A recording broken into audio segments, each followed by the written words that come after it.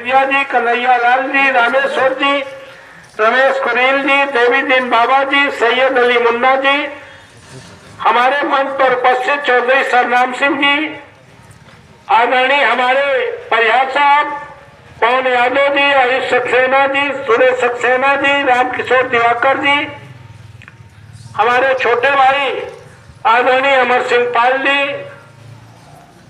आदरणीय रामस्वरूप फौजी जी, पंकज यादव जी, उपस्थित सभी सम्मानित इस गांव के साथियों, पितातुल बुजुर्गों, नौजवान दोस्तों, मैं सबसे पहले इस कार्यक्रम के आयोजक साथी का, उनकी पूरी टीम का ये कार्यक्रम लगाने के लिए उन्हें मंच की ओर से आप सभी का हार्दिक स्वागत करता हूं, मंथन करता हूं, अभिनंदन करता हूं।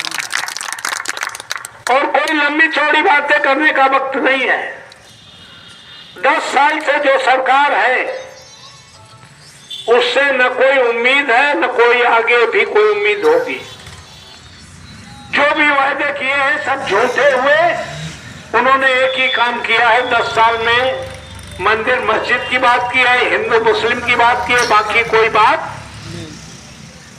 10 साल में तुम्हारे सिंधा गांव में कोई भी आदमी किसी भी सरकारी विभाग में नौकरी इसलिए नहीं पाया कि 10 सालों में तुम्हें यह भी नहीं मालूम कि जितने सरकारी संस्थान से सरकारी नौकरियां देने वाले सब मोदी जी ने अडानी अंबानी को बेच दिया है। और दुर्भाग्य इस देश का बाबा साहब अम्बेडकर ने कहा था कि हमने एक वोट का अधिकार दिया प्रधान से लेकर प्रधानमंत्री बनाने का, और जिनमें हिम्मत हौसला होगी वो बन भी जाएंगे। हमारे बीच में हमारे जिले के 80 के हमारे जिलाध्यक्ष रंजन पासवान जी सामने बैठे थे, इसलिए गलती हो गई। तो मैंने कहा कि जो सरकारी संस्थान थे वो सब बेच दिए और 140 करोड़ जनता के ताली बजाने का काम कर रही है। क्यों ताली बजाने का काम कर रही है? वो समझती है जो सिमला गांव में हमारे मकान है पुराना और जो हमारे खेत है ये सिर्फ हमारे हैं, ये सड़क सरकारी है, हैंडपंप सरकारी है, पार्क सरकारी है, बिजली सरकारी है। और अगर रेलवे बेच दिया तो ये भी सरकारी है, बेच दे सरकार चाहे जिसको। पेट्रोलियम जो लाखों नौकरियां देता था वो भी अडानी अंबानी को दे दिया। BSNL लाखों नौकरियां देता था वो भी अडानी अंबानी को दे दिया। ऑर्डिनेंस फैक्ट्रियां और NTC मिले लाखों नौकरियां देती थे वो भी अडानी अंबानी को दे दिया। और अगर पश्चिम उत्तर प्रदेश और पंजाब के किसान 1.5 साल तक संघर्ष न करते तो सिमगा में जो बिगाड़ खेत है वो सब अडानी अंबानी के हो जाते। समझे? इसलिए हम सोने का काम न करें, जगने का काम करें। अब देश में कुछ नहीं बचा है। अगर बचा है तो 24 के चुनाव में तुम्हारे बटन दबाने का अपना अधिकार बचा है।